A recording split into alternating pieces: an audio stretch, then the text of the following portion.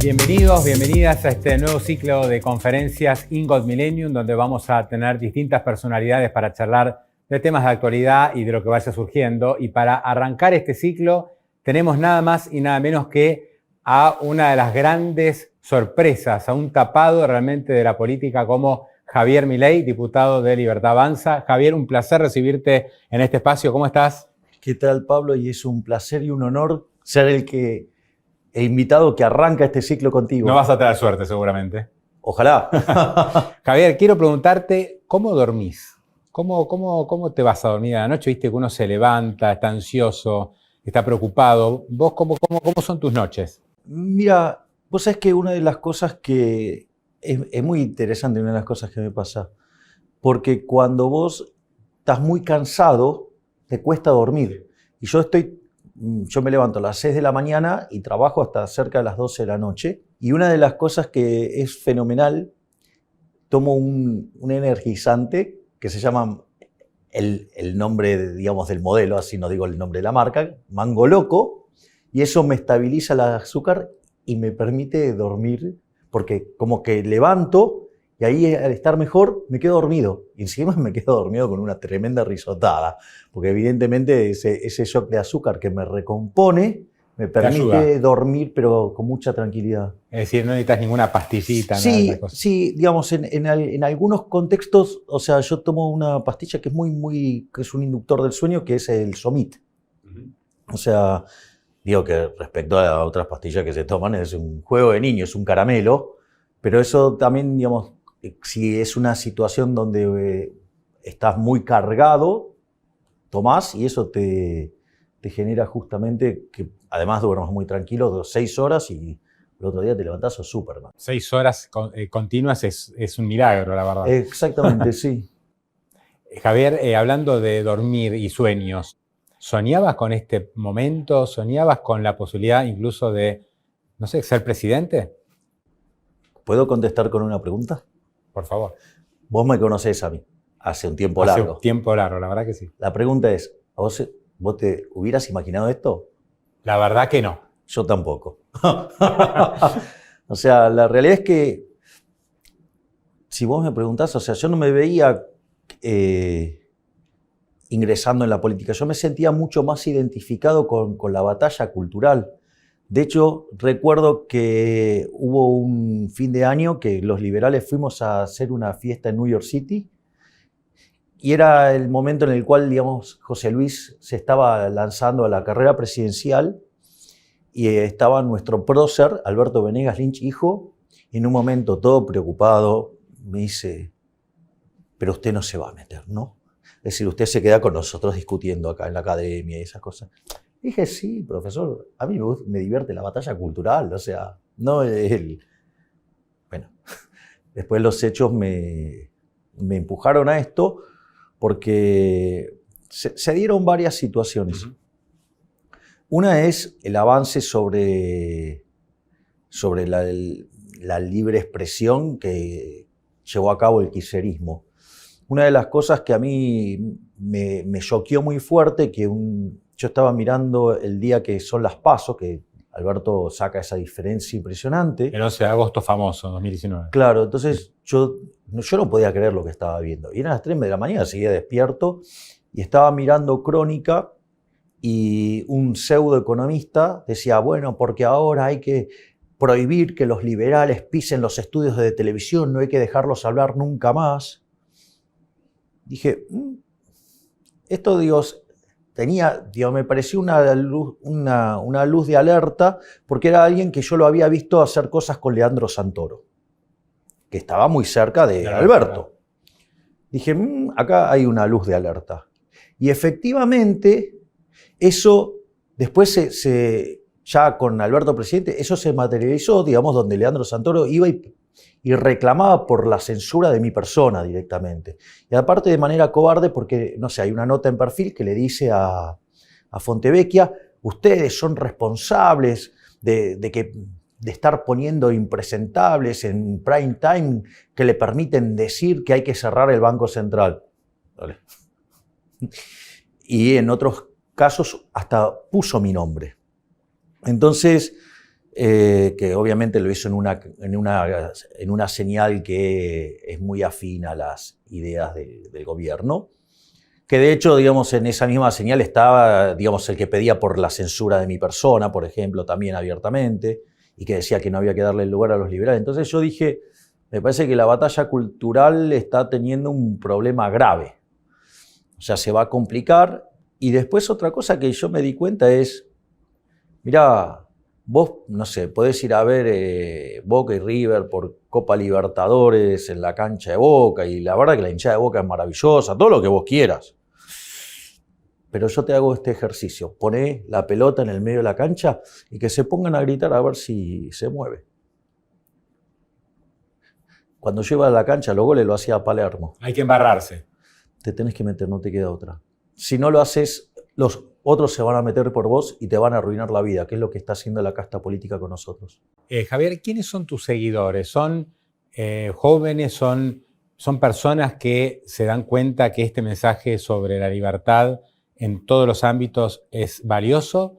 ¿O es gente que está en contra de la política? Porque siempre hubo en la política argentina, y yo creo que a nivel mundial, personajes, personalidades que aparecen como una respuesta en contra de la política tradicional. A ver, yo lo que voy a hacer, si suma, es explicar cómo fue mutando el movimiento. O sea, porque originalmente se concentraba en muchos jóvenes, por decirlo de alguna manera. ¿Por qué? Porque en realidad los jóvenes son naturalmente rebeldes contra el statu quo. Y el statu quo recita a izquierda. Vos tomás cualquiera de las estructuras políticas de Argentina, en el mundo también, y ¿sabés lo que vas a encontrar? Que algún punto del manifiesto comunista está ahí. Es así de fuerte. El problema es que la gente no tiene la lectura del manifiesto comunista. Entonces, o sea, ni siquiera se da cuenta que está metiendo socialismo adentro del sistema. Y después, como aparece la lógica de camino de servidumbre de Hayek, que las intervenciones generan los fallos del gobierno y eso genera a su vez más intervención, y así es como te van avanzando sobre las libertades. Entonces, eso es una de las cosas. La otra es que los jóvenes tienen menos tiempo de exposición al lavado de cerebro de la educación pública. Y la educación pública puede ser de gestión privada o de gestión estatal. Es decir, el hecho, de que baje una línea sobre los contenidos, o sea, hay toda una intencionalidad sobre eso. Entonces, son más proclives a escuchar otras ideas. Y después hay un elemento que también fue de muchísima utilidad, que son las redes sociales. Porque vos vas a una clase y presentás una idea alternativa y puede ser, o querés pensar de otra manera, y bueno, vos chequeás con tu profesor o no. De hecho, una de las cosas que caracterizan a muchos profesores es que maltratan a los que abrazan las ideas de la libertad, los persiguen. O sea, ahí también hay un caso muy grosero que ha pasado. Pero al margen de eso, van, ponen YouTube y chequean. Y eso es una fuente de crecimiento impresionante. Y el elemento que permitió ampliar la base fue la pandemia. Porque la pandemia lo que implicó fue revalorizar las ideas de la libertad. Y digamos, los jóvenes llevaron a sus casas las ideas de la libertad. Entonces vos te encontrás con situaciones que, no, yo no te voté, pero te votó mi hijo, pero ahora yo también te voto, cosas por el estilo, ¿no? O sea, empezaste a estar presente en los hogares, aun cuando en un primer momento, por ejemplo, en la elección de la ciudad, a todos nos ha pasado en alguna medida, el joven de la familia decía, yo voy por Milei o pienso votar a Milei. Exacto. Que para los más adultos por ahí era algo que era medio impensado. Sí, pero porque es parte de cómo fue evolucionando este fenómeno, por decirlo de alguna manera. Y ahí lo que uno ve es que conforme avanzaba la campaña, se iba ampliando. Entonces, primero nos dijeron que no íbamos a poder formar partido. Formamos, o sea, una alianza que tiene 3 partidos y un provisorio, y además tenía 17 agrupaciones que adherían. Después nos dijeron que no íbamos a poder pasar las PASO, después dijeron que perdíamos contra el voto en blanco, después que la izquierda nos llenaba la canasta y que no había ninguna chance que pudiéramos superar el 8% y que era raro que pudiéramos lograr una banca nacional. Y la realidad es que terminamos sacando 17%. Eso muestra que eso se amplió, o sea, la base se amplió, y yo creo que después fueron pasando un conjunto de situaciones que lo que está permitiendo es multiplicar esto. Y en el fondo... Es todo muy rápido, Javier, ¿no? Porque las elecciones de la ciudad fueron hace poco más de 6 meses.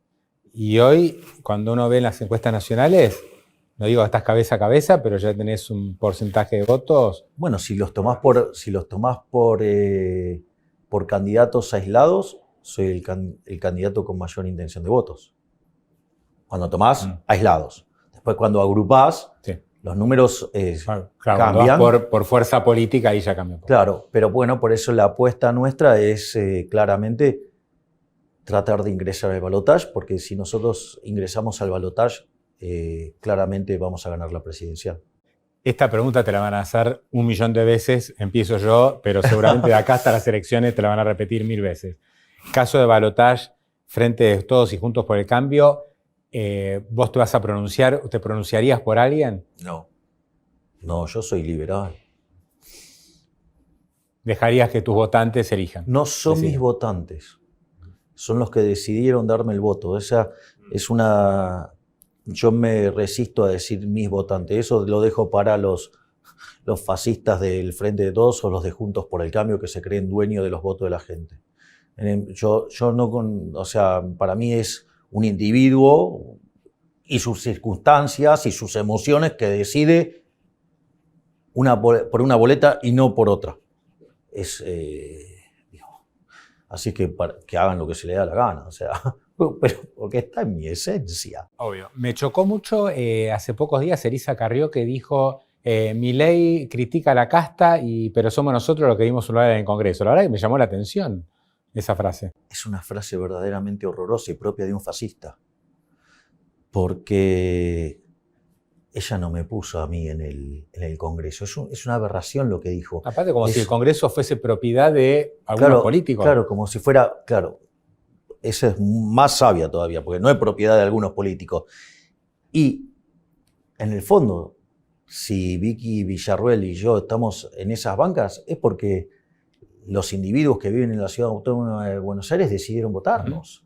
A pesar de todo, ¿no? Digo, porque hubo mucha campaña sucia, hubo mucha campaña negativa, nos hicieron un montón de cosas, y sin embargo, aún así, logramos persistir en estoicos en la pelea, y creo que no solo tuvimos un muy buen resultado, sino que estamos haciendo un muy interesante trabajo desde la Cámara. Y ahí hay algo interesante también, porque en mi más reciente libro, que se llama El Camino del Libertario, yo explícitamente en la parte 3 puse mis discursos para que puedan evaluarme, para que chequeen que yo estoy diciendo lo mismo que decía cuando estaba en campaña, y además hago lo mismo. Porque eso me parece que es algo importante. Dicen que ningún político resiste un archivo. Te desafío que lo hagas con el mío. Justamente lo que estoy haciendo es eso. Bueno, yo entiendo que vos, no sé, vos fijate, la gente Juntos por el Cambio, durante la elección trata de tomar una postura frente a los impuestos cuando lo podrían haber bajado por su propia forma unilateral en la ciudad, y no lo hicieron. De hecho, subieron los impuestos durante la pandemia. Además, se sentaban al lado del señor Alberto Fernández y de Kicillof y avalaban toda esta aberración que fue la pandemia. O sea, están los videos cuando cierran, están soldando las persianas y no dejan abrir los negocios.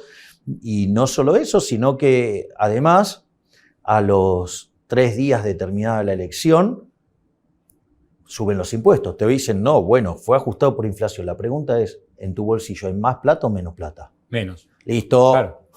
Digo, Rothbard te diría, estás peor. Porque Rothbard dice, a mí no me importa qué nombre le pongan los impuestos, a mí me importa la que me saca del bolsillo. ¿Tengo más o tengo menos? ¿Tengo menos? Listo.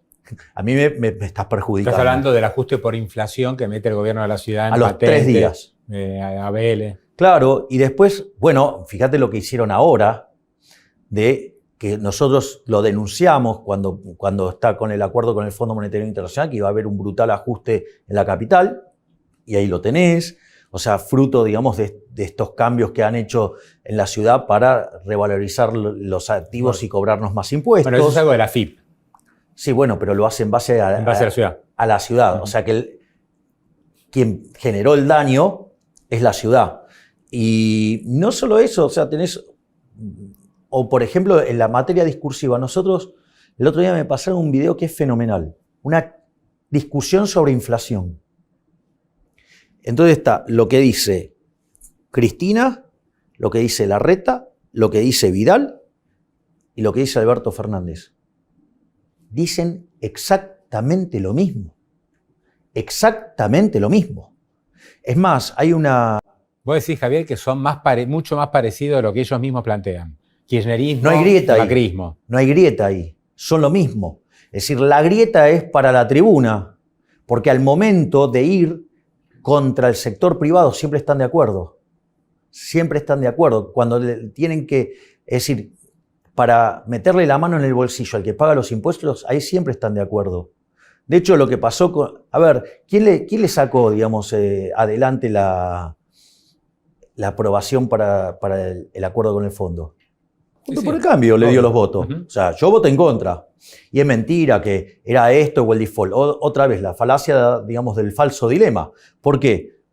En el fondo, o sea, no era default. Podías bajar el gasto público. Ah, no, pero la de ellos no se toca. E implícito a eso, había un impuestazo. Y no solo eso, sino que además, mientras que ajustaban el sector privado, ellos expandían el gasto público. Es decir, no solo, digamos, o sea, que se beneficiaba el gobierno, sino que también se beneficiaban los de Juntos por el Cambio con responsabilidades ejecutivas. Ahora, Javier, todo este razonamiento lógico de lo que está pasando, creo que son problemas de muy larga data de la Argentina, aumento de gasto, déficit, gasto, digamos, corrupto, improductivo, ineficiente, un poco de todo hay ahí, y las cuentas nunca cierran, entonces hay que emitir cada vez más. Creo que lo conocemos todos y vos lo describiste mejor que nadie. Pero al mismo tiempo vos avanzás con otras propuestas que algunos dicen, es impracticable. Javier Milei no sabe cómo resolver esto. Pero eso tiene una lógica, ¿viste? Que es lo que yo defino como el modelo de la casta, que es una vuelta extra. Perdón que hago este pequeño desvío, pero digamos, sé que lo puedo plantear con vos porque tu base es de economista. Viste que había un análisis de lo que es la macroeconomía del populismo, las 4 etapas, ¿sí? Que eso es Dormush y Edwards.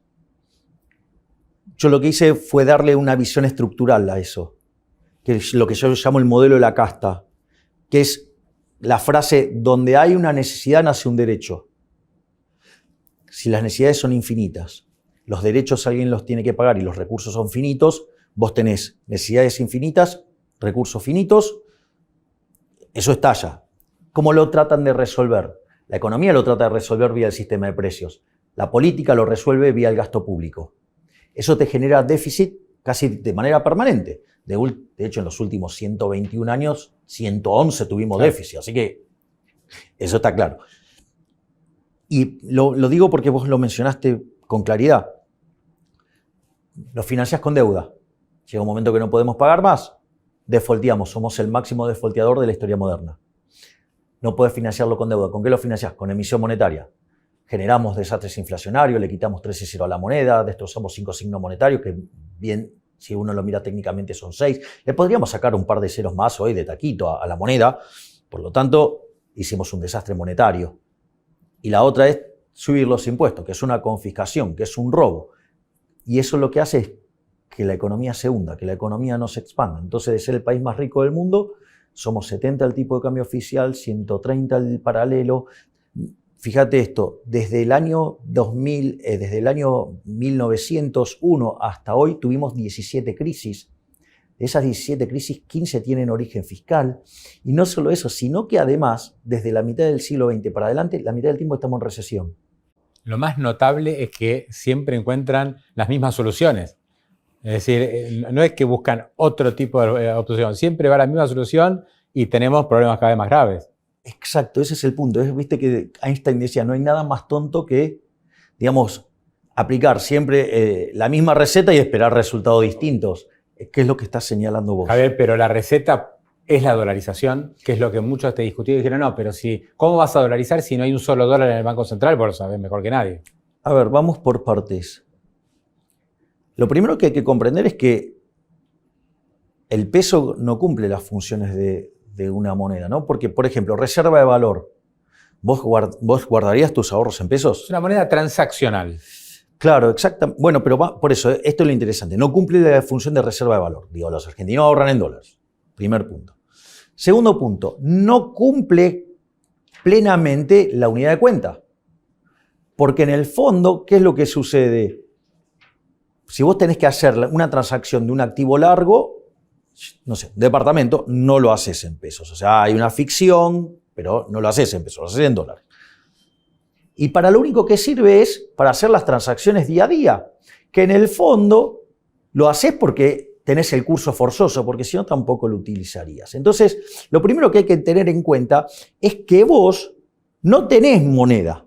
Y además, cuando vos mirás el mercado monetario, la condición de equilibrio, ¿cuál es? Que los saldos reales, es decir, la oferta de dinero dividido el nivel de precios, ¿sí? Estoy simplificando, es igual a la demanda real de dinero. Por lo tanto, dada la demanda real de dinero que tiene que ver con las transacciones que vos hacés, ¿sí? Con tus decisiones de consumo y con tus decisiones de ahorro, que es consumo futuro, ¿qué es lo que sucede? En ese contexto, ¿sí? Lo único que hace la cantidad de dinero es determinar la escala nominal de la economía, es decir, el nivel de precios. Y querer salir de ahí implica un montón de atrocidades que dicen los economistas, que están mal. Ejemplo, hay algunos que dicen, no, bueno, pero tenés déficit fiscal. Si entendemos cómo funciona el mercado monetario, la escala nominal es para los precios, no para arreglar el problema del déficit fiscal, porque si lo arreglás con emisión monetaria, generás desastres. Hay otros que dicen cosas aberrantes como esta. No, pero te quedás sin la posibilidad de controlar la tasa de interés. A ver, ¿estamos todos de acuerdo que lo que hacía Moreno controlando los precios era aberrante? Bueno, Moreno controlaba los precios presentes. Querer controlar la tasa de interés es querer controlar los precios presentes y los precios futuros, lo cual es Moreno Reloaded mucho más malo. O sea, hay otros que dicen, no, bueno, pero podés recibir un shock externo negativo. Ok, suponete que recibís un shock externo negativo. Te cae la demanda de trabajo y generas desempleo. ¿Por qué generas desempleo? Porque tenés rigideces en el mercado laboral. Ahora, las rigideces en el mercado laboral se arreglan con emisión monetaria. No tiene sentido. Y esto, vos sabés que hay una nota tuya que es brillante sobre Banca Simon, cuando hablas sobre la parte del sistema que está en dólares.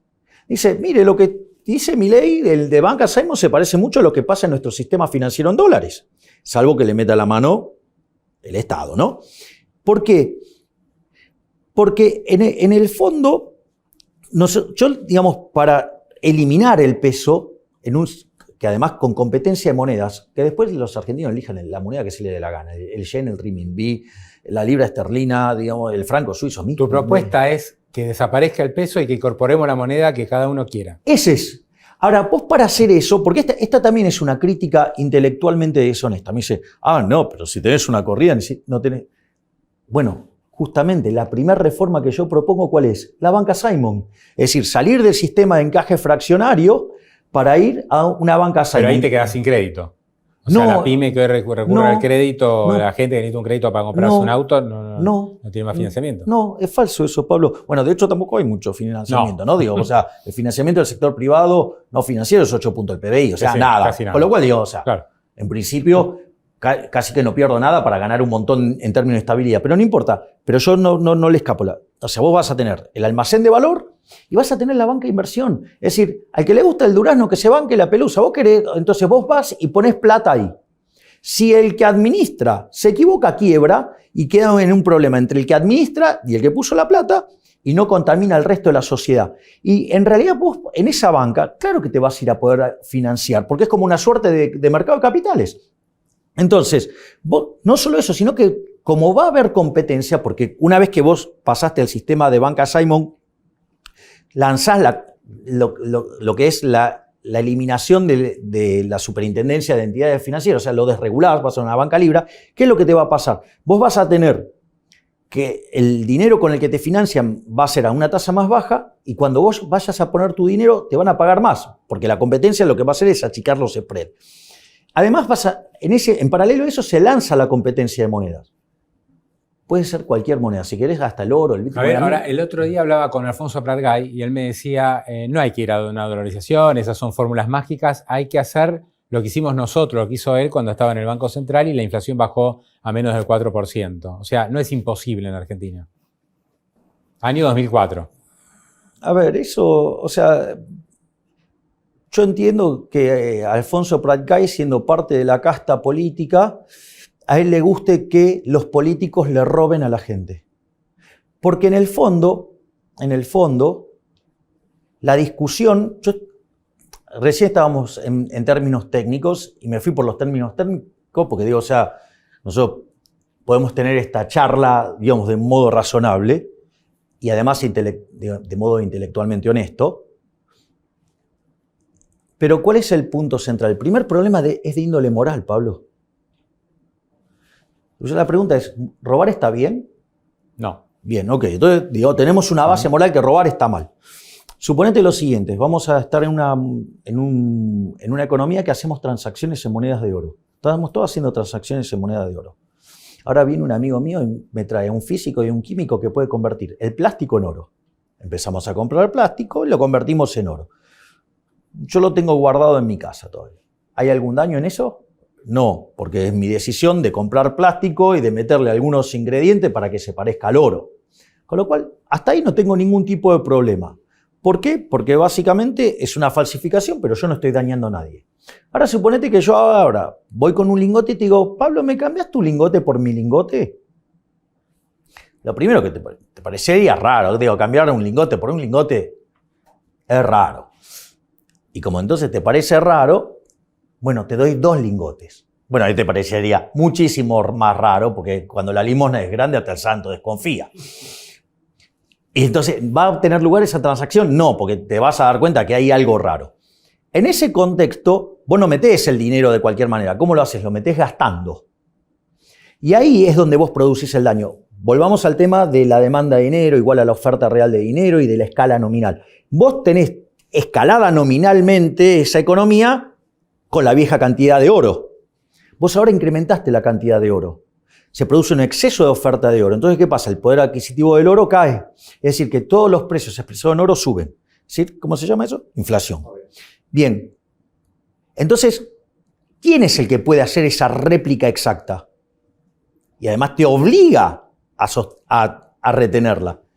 El gobierno, el Banco Central. O sea, con lo cual hay una falsificación, hay una estafa y además hay un violentarte la libertad porque te obliga a tenerla. Curso forzoso se llama. Primer Congreso de Génova de 1445. Entonces, esta es la parte más divertida. El señoriaje entonces es un robo. ¿Sabes cuánto nos robó la casta política en los últimos 2 años con el señoriaje?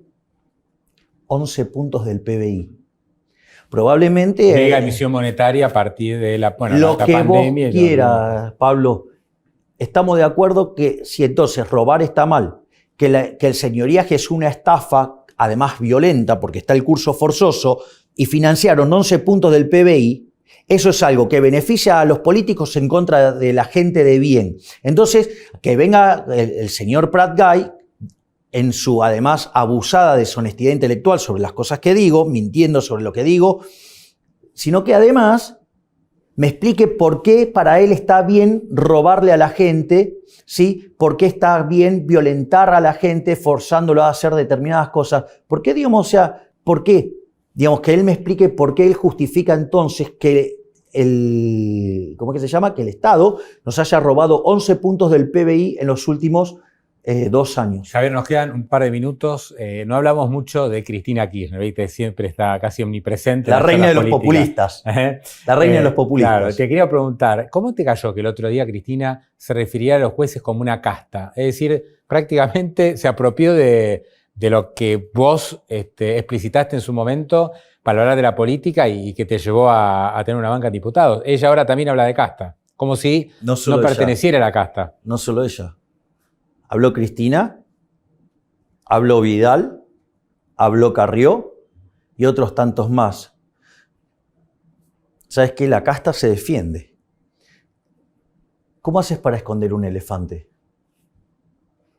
No tengo ni idea. Le pones 1000 elefantes al lado. Entonces, ¿qué está haciendo la casta? Para defenderse, utilizan el término casta. Entonces, ¿quiénes son castas? Los que están tratando de reformular el contenido del concepto de casta. Y ahí vas a encontrar en el mismo lugar de la casta a Cristina Fernández de Kirchner, a María Eugenia Vidal, a Elisa Carrió, digamos, y a mucha gente que parecen que son oficialismo y oposición y en realidad son lo mismo. Es falsa esa grieta. La verdadera grieta es entre la casta, ese conjunto de parásitos que nos arruinan la vida, y la gente honesta del sector privado que se trata de ganar el pan con el sudor de su frente, sirviendo al prójimo con bienes de mejor calidad a un mejor precio. Esa es la verdadera batalla. Y los únicos que pueden dar esa explicación correctamente son los liberales. Te van a preguntar mucho también a lo largo de la campaña que se viene si no le estás haciendo el juego al kirchnerismo. Es decir, la postura es, Milei le está sacando muchos votos al macrismo porque hay muchos votantes macristas que son más del palo por ahí liberal. Y entonces al final del día la aparición de Milei está bancada por el kirchnerismo. A ver, si tuviera ese problema Juntos, primero que es muy autoritario, digamos, ese argumento que hace Juntos por el Cambio, porque es un argumento fascista y creer que son los dueños de los votos. O sea, es como que se creen que son dueños de la gente, o sea, es muy violento.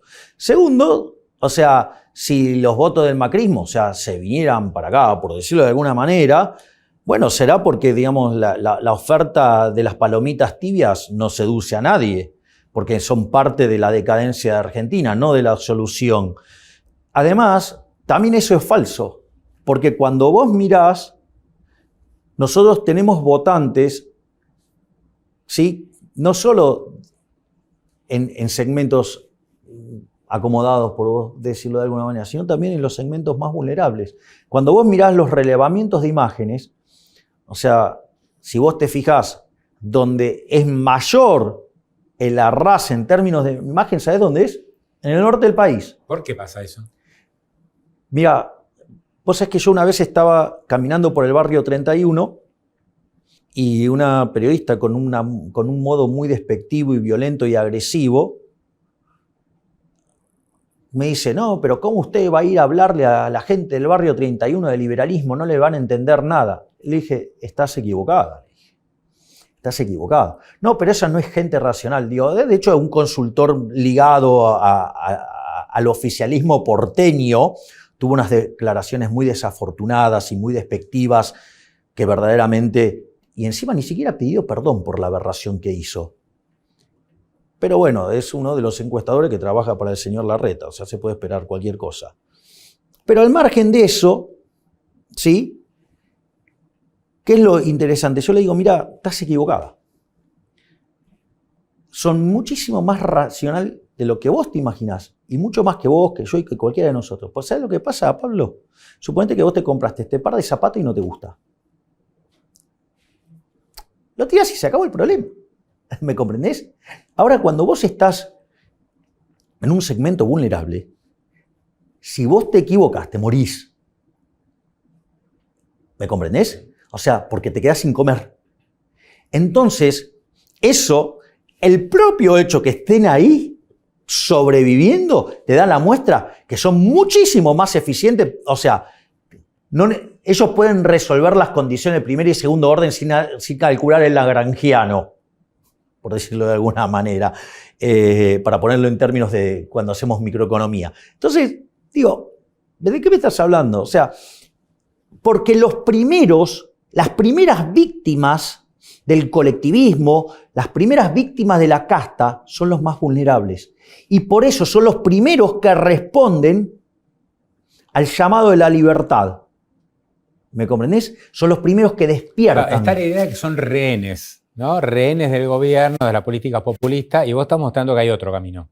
El camino de la libertad. O sea, lo que le estamos proponiendo es la liberación, salir de la esclavitud que les da este sistema, sea el del Frente de Todos o el de Juntos por el Cambio, porque ninguno de ellos les interesa cambiar esto, porque ellos en el medio se enriquecen. Porque con el chiste ese de la justicia social, que es injusta, porque es un robo, porque es un trato desigual frente a la ley, es aberrante. ¿Sabes lo que pasa? Entre que le meten la mano en el bolsillo a alguien y se la dan a otro, en el medio están las porosas manos de los políticos. Entonces, una de las cosas que vos ves es que a los políticos les va bien y a la gente cada vez le va peor. ¿Sabés lo que más le violentó a la casta del sorteo de mi dieta? Son dos elementos. Uno, que dejó en claro que un diputado gana mucho más que sus representados. No solo más que la media, que por la forma de la distribución del ingreso tenés el 75% por debajo de la media, sino que además, obviamente, de la mediana. ¿No? Porque vos tenés una log normal, una chi cuadrada. Está en el 1% de mayores ingresos del país. Bien, exacto. Y no solo eso, sino que además cuando vos mirás el nivel de vida que llevan, está claro que no lo financian con esa plata. Entonces, ¿qué es lo que hizo el sorteo? Fue arrojar luz sobre los ladrones de la casta. Y cuanto más se quejan, es porque te están mostrando que son casta. Y están tan preocupados que para tapar el elefante ahora están metiendo 1000 elefantes. Es decir, entonces los más castas que hablan, la casta, la casta, la casta. ¿Para qué? Para degradar el término. Es una típica estrategia socialista. ¿Qué es lo que hace el socialismo? Te cambia el lenguaje. Entonces, lo que antes tenía un significado, que son los políticos ladrones que nos arruinan la vida y aplican políticas que saben que nos arruinan la vida, pero no les importa porque primero está la casta. Ahora la casta es el que no me gusta. Sobre todo para licuar el verdadero concepto de casta, que es que ellos son los ladrones que nos están robando el futuro. Javier, lo último, a ver si podemos irnos con un mensaje más optimista. Vos nos describís lo que está pasando hoy, en tu parecer, con la Argentina. Hay mucha gente, jóvenes y no tan jóvenes, que dicen yo me voy, por muchas de las cosas que vos describiste. Pero vos por ahí no vas a ser presidente y esto va a continuar. ¿Hay algún mensaje optimista para darle a toda esa gente que dice yo ya no creo más en Argentina, me quiero ir, quiero probar suerte en otro lado porque esto no cambia más? Bueno, primero no negaría rotundamente que no voy a ser presidente. Si entro en la segunda vuelta, te lo firmo ahora.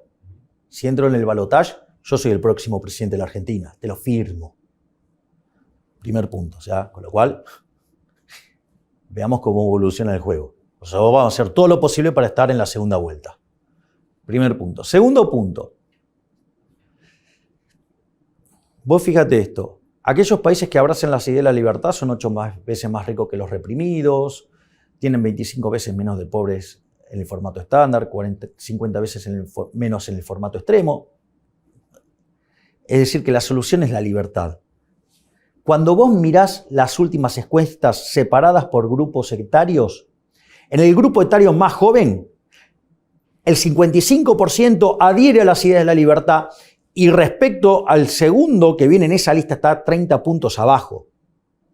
Esa diferencia, sigue casi que no se mueve en el segundo grupo etario.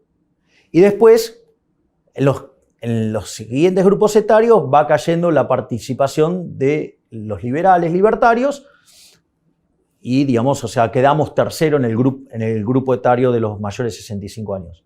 Esa es la buena noticia. Argentina tiene futuro, porque ese futuro es liberal, porque los jóvenes son liberales. Están cambiando las cabezas. ¿Sí? Exactamente. El tiempo de la decadencia argentina se está terminando. ¿Por qué? Porque está renaciendo el liberalismo. Y cuando renazca el liberalismo y llegue a ocupar posiciones del poder para transformar la Argentina hacia las ideas de la libertad, cuando iniciemos ese camino, a 35 años vamos a ser de vuelta la primer potencia mundial. Nos quedamos con ese mensaje entonces. Javier, un placer. Gracias por haberte sumado a este primer encuentro. Gracias, Pablo, por invitarme. Me siento muy honrado por estar en este primer encuentro y siempre es un gusto hablar con una persona que además hace un trabajo muy...